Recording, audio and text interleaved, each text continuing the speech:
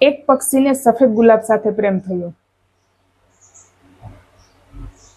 અને પક્ષીએ ઇમોશનલી એક દિવસ એ ગુલાબને કીધું કે હું તને બહુ પ્રેમ કરું છું અને હું તારા વગર નહીં જીવી શકું. પણ ગુલાબ કંઈક અલગ જ ગુમાનમાં હતો.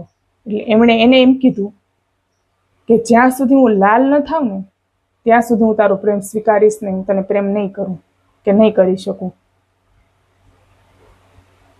હવે આ વાત તમે પણ જાણો છો અને હું પણ જાણું છું, એનો સ્વભાવ નથી સફેદમાંથી લાલ થવાનો, એ નેચરલી વસ્તુ છે.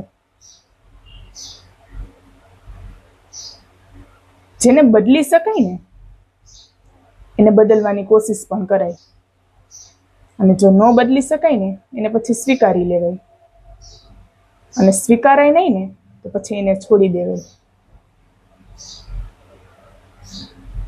એટલે આ વાત પક્ષીને ન સમજાણી, કારણ કે એને આંધળો પ્રેમ કરતું હતું,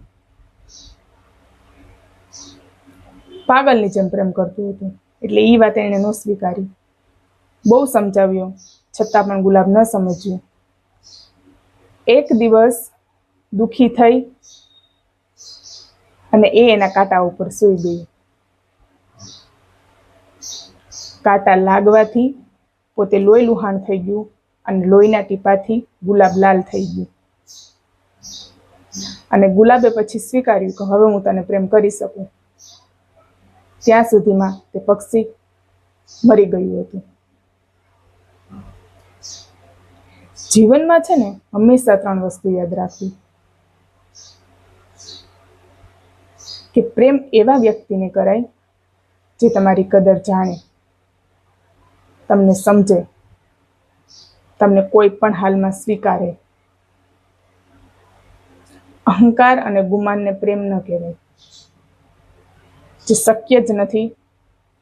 એને તમે જ્યારે બદલવાની કોશિશ કરો ને ત્યારે છેલ્લું પરિણામ આ જ આવે. કોઈને એટલો આંધળો કે પાગલ પ્રેમ ન કરો કે છેલ્લે તમે તમારું અસ્તિત્વ ખોઈ બેસો. બીજું, તમે જો તમારી કદર નહીં કરો ને તો કોઈ પણ વ્યક્તિ તમારી કદર ક્યારેય નહીં કરે. તમે તમારી ખુદની વેલ્યુ ન કરો અને બીજા પાસે એવી આશા રાખો કે મારી વેલ્યુ કરશે,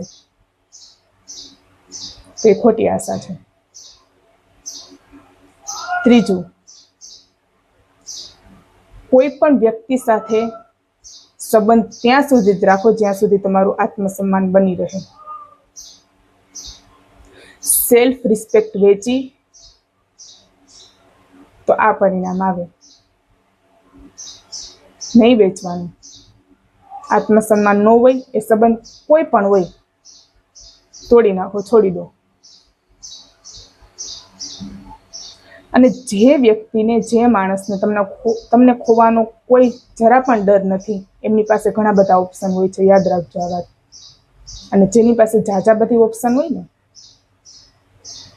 એ તમને ક્યારેય ન સ્વીકારે. સમજ્યા?